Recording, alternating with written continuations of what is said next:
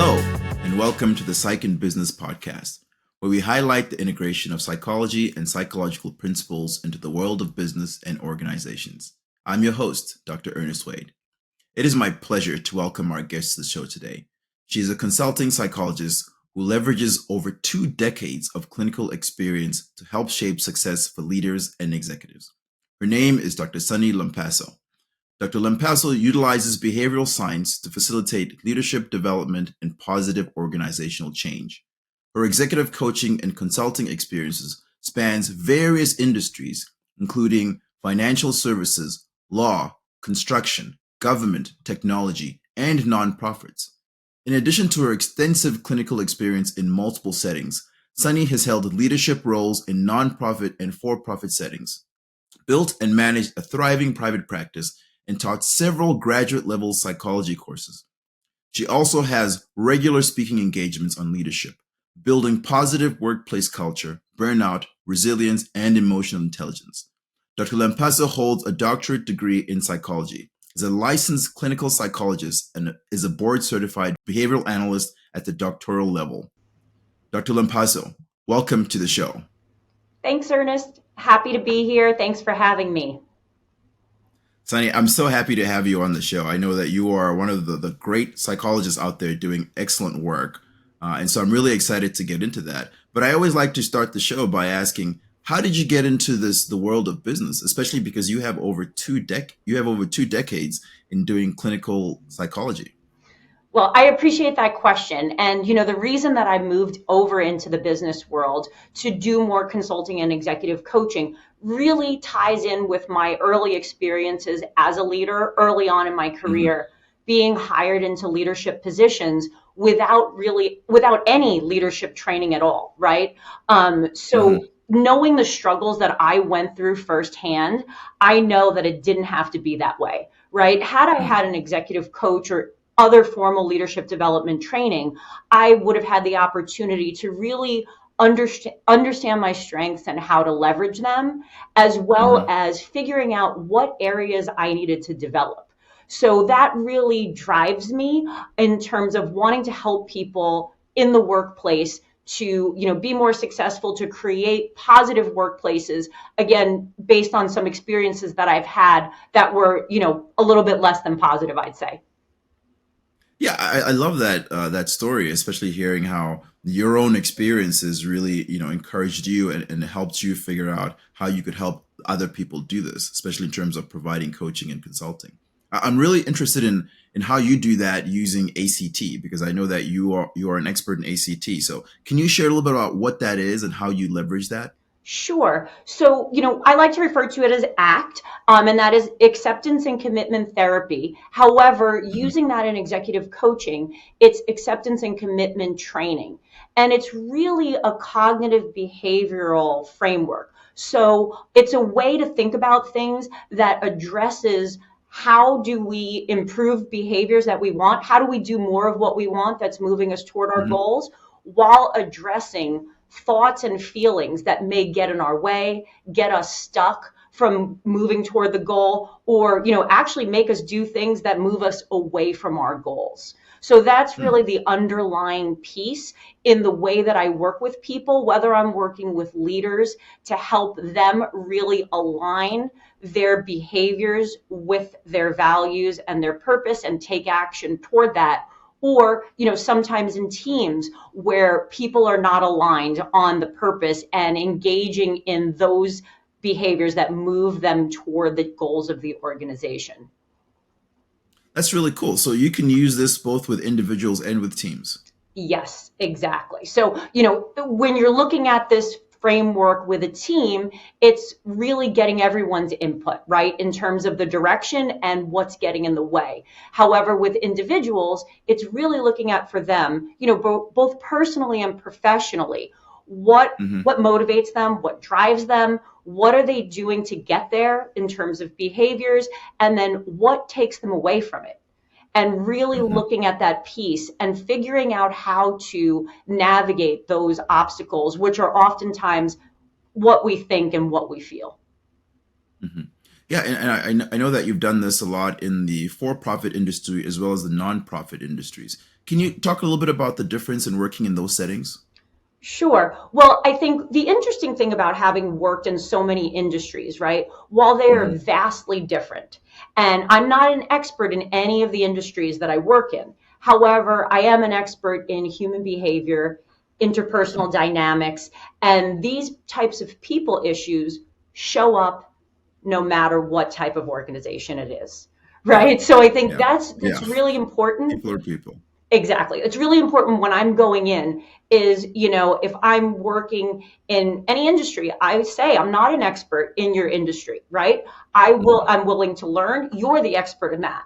I'm really the expert in the people piece. So the behavior piece, what drives you and, how to get to your goals faster and address and navigate obstacles. So I Hmm. think that really helps people to understand, it doesn't necessarily matter what industry I'm working in, that I don't need experience having worked in that particular industry. Hmm.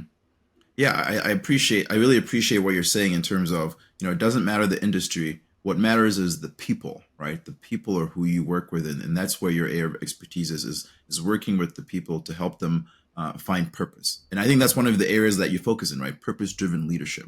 Can you talk a little bit about that? Sure. Well, oftentimes I work with purpose driven leaders. So they're not necessarily trying to find their purpose, right? They know Hmm. what their purpose is. However, they may still be having challenges with aligning what they're doing with their purpose. So I Hmm. think sometimes, while you have a purpose driven leader, right, in any type of industry, they may get away from the purpose for a variety of reasons. And I think getting them back aligned with that, sometimes it's also aligning their professional and personal purpose, right? So figuring that piece out if there's any conflict there. And then as well as keeping teams aligned in purpose, right? It's so important for leaders to not only understand their purpose, but to live their purpose in Hmm. order to create trust and create a following. Yeah, I really like what you're saying here because purpose drives behavior, right? So I think that that is such a great place to work. Do you have any examples to help highlight this work and how that's really helped businesses or leaders? Sure. I mean, I have lots of examples because I think purpose and, what you're wanting to do with what you're actually doing, I think it's Hmm. hard. It's really hard for that to always line up, right? So I really help people with understanding, again, like sort of what are the behaviors that Hmm. show what matters to you, what's important to you and your organization. And when are you doing those, right? So I think it's really helping to create an awareness of that. Whereas, many leaders, they're aware of their purpose. They know why, right? They know the whole start with why. Yeah. And that's why they've gotten to the point that they have. But I think helping them to see when sometimes they may be doing things that move away from the purpose. So, for Hmm. example, a tech startup leader, right, pitching for funding Yeah. has an amazing pitch. And every time they go into the pitch, they are pumped up. They're ready to go. They are ready to communicate the value that their product adds, right? And they do Hmm. a great job of that. So they're checking off all the boxes in terms of the behaviors that will make them successful. Hmm. However, at times when this leader would receive a rejection, that would lead to a whole variety of thoughts and feelings, which really got them stuck for a significant amount of time and prevented Hmm. them from moving forward to pitch again, to really believe in what they were doing. So that's really where I came in to help this leader with figuring out how to fill in that gap. So what's happening, right? Getting that awareness of it and how when those thoughts and feelings are happening, how can you still take action toward Hmm. what matters and not be in these periods of being stuck. So that's just one example. Yeah, I love that example. What I'm hearing there is, really helping leaders to build resilience so that they can move through some of the challenges. And I know resilience is something that you speak on. Can you talk a little bit about that as well, please? Sure. I really think that developing resilience as a leader is really the most important thing you need to be doing right now. Right? I think we know that we've been living through uncertain times, and the level of uncertainty continues on and has created an enormous amount of stress. So really figuring out, what you're doing to be more resilient. And one of those things that can really help is acting according to your values, your purpose, right? Really being aware of that, noticing that piece, and continuing to do more of that is one of the things that helps build resilience. And when I'm talking about resilience as a leader, I'm also including, the self-care piece, right? Because I Hmm. think I've also seen that with purpose-driven leaders. They become so focused on the purpose of the organization that then they forget about the self-care piece, right? Hmm. Or the taking care of the people in their team piece, right? You get Yeah. so focused on the task. So I really help people with integrating that purpose, sort of what matters to you, and you also matter, right? As a leader, and taking care of yourself. That's another piece that really helps to build resilience. Yeah, I want to dig into this a little bit more because you said that you think resilience is one of the most important things that a leader should be doing right now. Can you talk a little bit more about how that helps a business leader be successful? Sure. I think that resilience is really about managing stress. And the Hmm. better you're able to understand yourself through, whether that's taking assessments or through the coaching process or through getting feedback from others, the more you can understand yourself, the more you can understand how you react in stressful situations, right? And really gaining that understanding can help you, again, to move toward the goal. Because a lot of times under stress, we don't move toward the goal, right? Leaders often have trouble making decisions. They may make a decision based on emotion. They may fail to make a decision. And that's where really figuring out how to take committed action when unhelpful thoughts or feelings may be showing up is key to really building resilience, navigating that uncertainty. So it really ties into stress management. Yeah, I love the way that you're describing this, linking, the emotions and our emotions and how that can impact or limit our ability to function appropriately, to behave in the way that we know we should as leaders. And so being able to recognize those emotions, understanding how it impacts our behavior, and then being able to channel that appropriately can be really helpful as a leader. Exactly. Exactly. And I Yeah, think, oh, go ahead. no, go ahead, sorry. No, I was going to say that, executive coaching, I think, is really great with helping leaders to see where they might not be aligned, right? Where obstacles may be showing up. And really, I help my clients with understanding, okay, what are those obstacles? Again, people are at different levels of awareness of what those obstacles are, but I help them with really uncovering what are the driving forces of those obstacles. And again, even while those things are there, how do you navigate them and still move toward the goal? And I really think that this ties in with resilience completely, right? This is how you build resilience. Hmm. Yeah, I love the way that you're describing this. I know you're a certified behavioral analyst. So can you tell us a little bit about what that is and how you leverage that in your work? Sure. Well, that really ties into ACT. So acceptance and commitment therapy or slash training really is a form of cognitive behavioral therapy. So it's a Hmm. newer wave, and it takes into account thoughts and behaviors based on partially our values, what's important to us, and then partially things that take us away from that. So it is a very behavioral approach. It's addressing what behaviors we're doing when those thoughts and feelings that are unhelpful get in the way, Hmm. and those behaviors that we're engaging in when we are acting according to our values. So Hmm. this is really an underpinning of behavior analysis, right? So why the motivation, why we're engaging in the behaviors, what are we Hmm. doing that takes us away from the goal? What are we doing that moves us toward the goal? And, data is a big part of this, right? So really collecting data from other people in the organization to see how this leader is doing, right? Getting outside Mhm. perspective.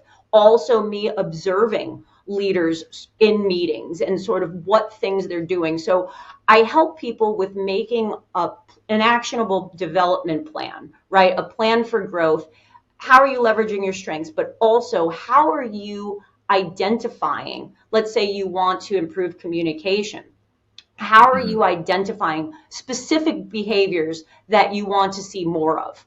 And sort of what does Mhm. that look like before the coaching process? Where are you with it? And then where are you midway through the process and toward the end of the process to really measure how the leader is progressing and moving toward the goals? Yeah, so it sounds like you're really using measures and metrics in your work to show that there is a return in the work that you're doing with the leader there. Exactly. So important. Yeah. Yeah, I love that. I think one of the things that I'm always trying to talk more about is that data is a really important part of the work that we do. I mean, I think as especially as psychologists, data is a critical part of the work that we do. Collecting data, analyzing data, interpreting that data, and then using that to help our clients be more successful. I agree. And, I think that also goes for when I'm doing speaking engagements, right? Really Hmm. figuring out if, an organization wants to bring me in to talk about leadership development.